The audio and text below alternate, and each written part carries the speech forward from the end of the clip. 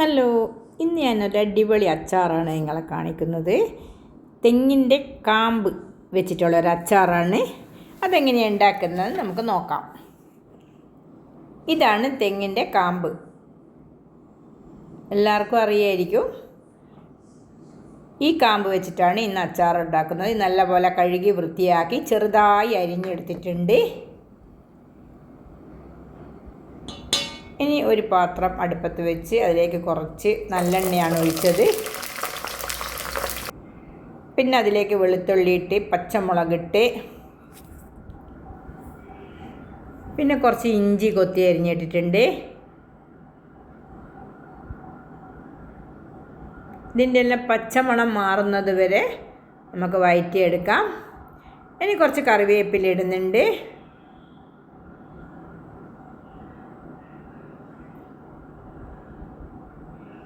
ഇപ്പോൾ എല്ലാം നല്ല പച്ചമണമെല്ലാം മാറി നല്ല മണം വരുന്നുണ്ട്. അതിലേക്ക് ഇനി കുറച്ച് കാശ്മീരി മുളക് പൊടിയാണ്, 2 ടേബിൾ സ്പൂൺ കാശ്മീരി മുളക് പൊടി ഇട്ടിട്ടുണ്ട്. പിന്നെ കുറച്ച് മഞ്ഞൾപ്പൊടി ഇടുന്നുണ്ട്. ഇനി ഇതിലേക്ക് കുറച്ച് കായപ്പൊടിയാണ് ഇടുന്നത്. 1 ടീസ്പൂണോളം കായപ്പൊടി ഇട്ടിട്ടുണ്ട്. LGൻ്റെ കായപ്പൊടിയാണ് എടുത്തത്. പിന്നെ ഉലുവയും കടുവും കൂടി ചീനച്ചട്ടിയിലിട്ട് ഒന്ന് വറുത്തെടുത്ത് പൊടിച്ചതാണിത്.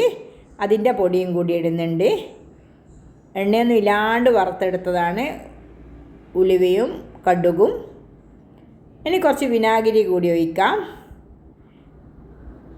ഇനി ഒന്ന് നല്ലപോലെ തിളച്ചതിന് ശേഷം നമുക്ക് ഈ കട്ട് ചെയ്ത തെങ്ങിൻ്റെ കാമ്പ് ഇതിലേക്കിടാം.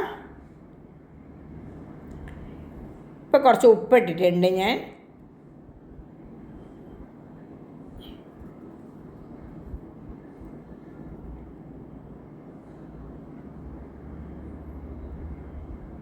ഇനി കട്ട് ചെയ്ത കാമ്പ് മുഴുവൻ ഇതിലേക്കിടാം.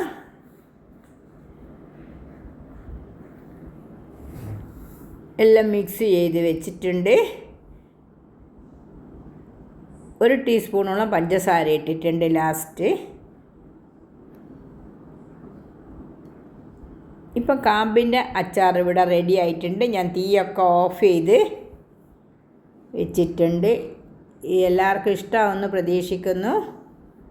ഇഷ്ടമായാൽ ലൈക്ക് ചെയ്യാനും ഷെയർ ചെയ്യാനും മറക്കല്ല. ഇപ്പോൾ കാമ്പിൻ്റെ അച്ചാർ റെഡി.